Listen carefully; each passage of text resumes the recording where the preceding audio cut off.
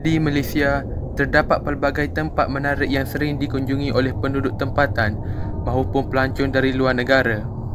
Tapi, tahukah anda, terdapat beberapa tempat menarik di sekitar Malaysia yang dikatakan berhantu dan perlu menjaga percakapan maupun perbuatan kerana kita tidak tahu apa yang bakal terjadi menanti kita. Hari ini, Fit Channel ingin berkongsi tentang 5 tempat menarik di sekitar Malaysia yang dikatakan berhantu. 5. Rumah Agam Agnes Kate, Sabah. Sekiranya anda melancong ke Sandakan, tidak lengkap sekiranya anda tidak berkunjung ke Rumah Agam Agnes Kate yang terletak di Jalan Istana Sandakan, Sabah. Rumah ini pernah menjadi kediaman Agnes Newton Kate, seorang penulis buku terkenal dari Amerika Syarikat. Agnes Kate adalah duta kepada Borneo Utara apabila menjadi inspirasi kepada gelaran Bumi di Bawah Bayu yang masih disandang negeri Sabah sehingga kini. Terdapat lebih 26 orang pernah tinggal di rumah agam milik Agnes Kate selepas beliau pulang ke Amerika. Mereka yang baru berpindah menceritakan pengalaman seram dan menakutkan menimpa mereka sepanjang menghuni rumah agam berkenaan. Namun tidak dilupakan, Agnes Kate turut meninggalkan sebuah catatan seram yang menimpa dirinya sepanjang menghuni rumah agam itu kepada penghuni yang baru berpindah agar lebih berhati-hati dengan makhluk halus yang ada di sana. Diceritakan, penghuni baru kerap mendengar pintu bilik di hujung rumah agam itu terbuka dan tertutup beberapa kali walaupun tiada angin maupun ribut. Pernah beberapa kali, isteri kepada pemilik rumah agam baru ini pengsan akibat melihat kelibat perempuan berbaju putih berdiri di atas tangga merendung ke arah dirinya sebelum lembaga tersebut menghilang. Kisah-kisah seperti penampakan makhluk mawas sering dilihat oleh orang-orang yang lalu berdekatan rumah berkenaan dan mereka akan segera menjauhkan diri dari diikuti oleh makhluk berbentuk mawas itu. Hari ini, rumah agam Agnes Kate masih lagi kekal sebagai daya tarikan pelancong di Sandakan, Sabah. 4. Paradigm Mall, Johor. Bagi mereka yang tinggal di Johor Bahru, anda pastinya kenal dengan sebuah pusat membeli belah yang terbengkalai bernama Kemayan City. Kisah mistik yang menyelubungi bangunan tersebut selama 10 tahun bagaikan urban legend yang sering menghantui pelancong terutamanya yang tinggal di luar Johor Bahru. Semuanya bermula dengan tersebarnya kisah sebuah keluarga dari Singapura yang melihat sebuah pusat membeli belah yang baru dibuka dan mempunyai ramai pengunjung. Mereka sekeluarga telah makan, minum dan membeli belah di bangunan berkenaan.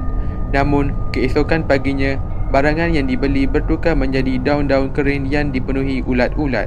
Dahulunya, kecoh tentang Kemayan City yang terbengkalai dari tahun 1998 telah dibuka semula dengan nama baru iaitu Paradigm Mall Johor Bahru.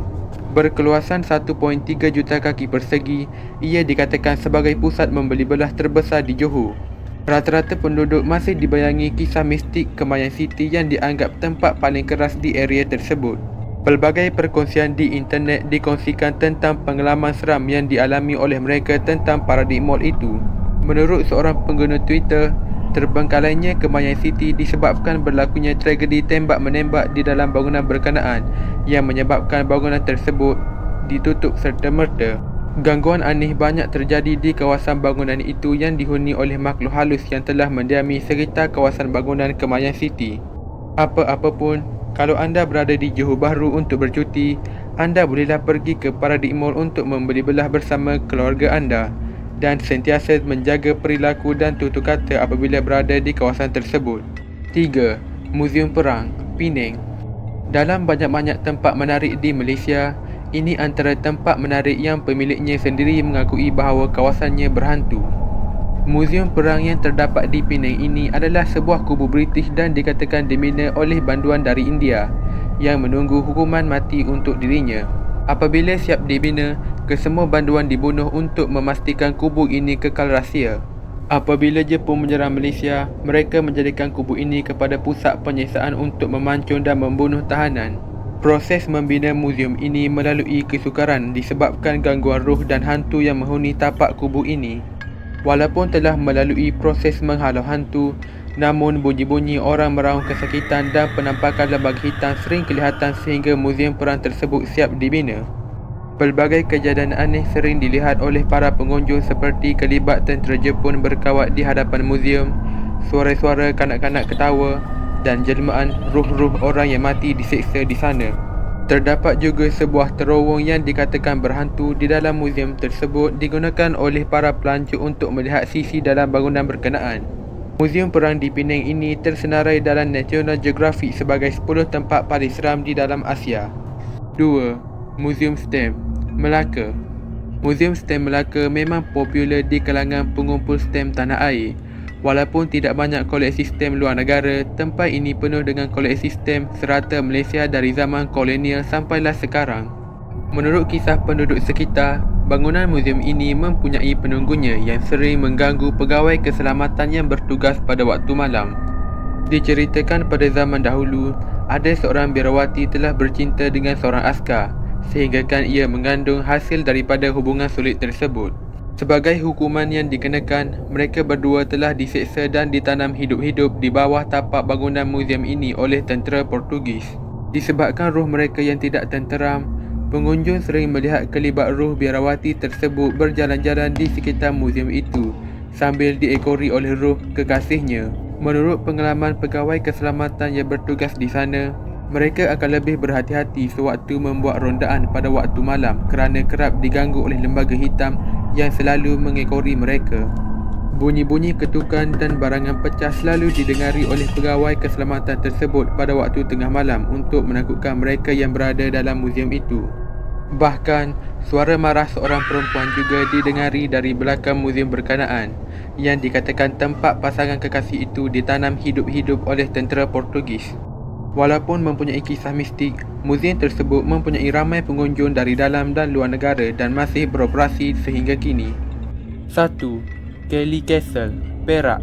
Kelly Castle telah dibina pada tahun 1905 oleh seorang peladang getah terkemuka dari Scotland yang bernama William Kelly Smythe dan terletak di Batu Gajah, Perak. Suasana Kelly Castle amat menyeramkan dan mempunyai pelbagai kisah mistik yang terjadi di sana.